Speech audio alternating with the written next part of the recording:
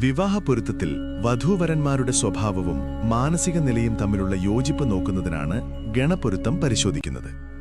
Video തുടങ്ങുന്നതിന് മുമ്പ് ഇതുപോലുള്ള ജ്യോതിഷ സംബന്ധമായ കൂടുതൽ വീഡിയോകൾ കാണുന്നതിനായി ചാനൽ സബ്സ്ക്രൈബ് ചെയ്യുക.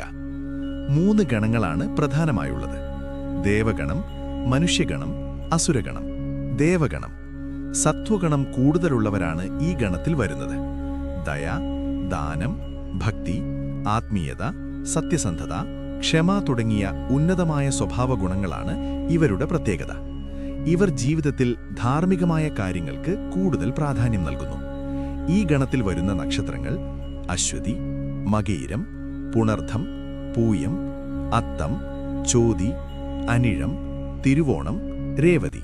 മനുഷ്യഗണം രജോ ഗുണം കൂടുതലുള്ളവരാണ് ഈ ഗണത്തിൽ.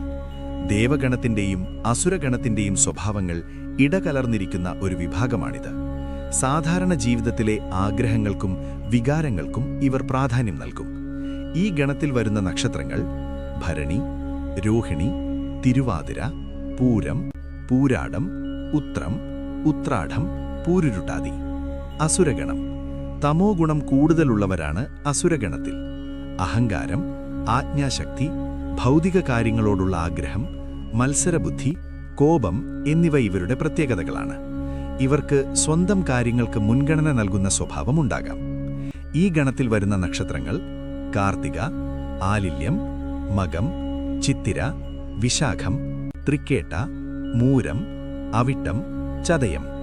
ദേവഗണവും അസുരഗണവും തമ്മിലുള്ള വിവാഹത്തിന് പൂർണ്ണമായും പൊരുത്തമില്ലെന്നാണ് ജ്യോതിഷം പറയുന്നത്. ഇതിന്റെ പ്രധാന കാരണം ഈ 2 ഗണങ്ങളുടെയും അടിസ്ഥാന സ്വഭാവവും ജീവിത വീക്ഷണവും നേർവിപരീതമാണ് എന്നതാണ്. മാനസികമായ അകലം. ഒരാൾ ആത്മീയ കാര്യങ്ങൾക്കും സമാധാനത്തിനും പ്രാധാന്യം നൽകുമ്പോൾ മറ്റൊരാൾ ഭൗതികമായ നേട്ടങ്ങൾക്കും അധികാരത്തിനും വേണ്ടി ശ്രമിക്കും. ഈ സ്വഭാവ വ്യത്യാസം കാരണം ഇവർക്കിടയിൽ മാനസികമായ അകലമുണ്ടാകാൻ സാധ്യതയുണ്ട്. വഴക്കുകൾ. ജീവിതത്തിലെ ചെറിയ കാര്യങ്ങളിൽ പോലും ഇവർക്ക് യോജിച്ചു പോകാൻ ബുദ്ധിമുട്ടുണ്ടാകും. ഇത് കുടുംബത്തിൽ നിരന്തരമായ തർക്കങ്ങൾക്കും അഭിപ്രായ വ്യത്യാസങ്ങൾക്കും കാരണമാകും. പാരസ്പര്യമില്ലായ്മ. ഒരാളുടെ സഹിഷ്ണുതയെ മറ്റൊരാൾ മുതലെടുക്കാനോ അല്ലെങ്കിൽ ഒരാളുടെ സ്വാർത്ഥത മറ്റേയാൾക്ക് അംഗീകരിക്കാൻ കഴിയാതെയോ വരാം. ഇത് ദാമ്പത്യ ജീവിതത്തെ സാരമായി ബാധിക്കും. എന്നിരുന്നാലും മറ്റു പ്രധാന പൊരുത്തങ്ങളായ രജ്ജുപൊരുത്തം, രാശിപ്പൊരുത്തം, യോനിപ്പൊരുത്തം പോലുള്ളവ വളരെ ശക്തമാണെങ്കിൽ ഈ ദോഷം ഒരു പരിധിവരെ കുറയ്ക്കാൻ സാധിക്കും.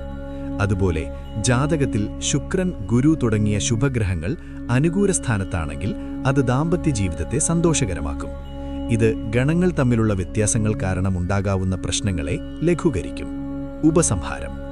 ജ്യോതിഷപരമായ പൊരുത്തങ്ങൾക്കൊപ്പം ദമ്പതികൾക്കിടയിലുള്ള പരസ്പര ധാരണയും വിട്ടുവീഴ്ചയും സ്നേഹവുമാണ് ഒരു വിവാഹബന്ധം വിജയിപ്പിക്കുന്നതിലെ ഏറ്റവും പ്രധാന ഘടകങ്ങൾ. ജ്യോതിഷം ഒരു വഴികാട്ടി മാത്രമാണ്. വീഡിയോ ഇഷ്ടപ്പെട്ടാൽ ലൈക്ക് ചെയ്യുക. നിങ്ങളുടെ നക്ഷത്രഗണം ഏതെന്ന് കമന്റ് ചെയ്യാൻ മറക്കരുത്.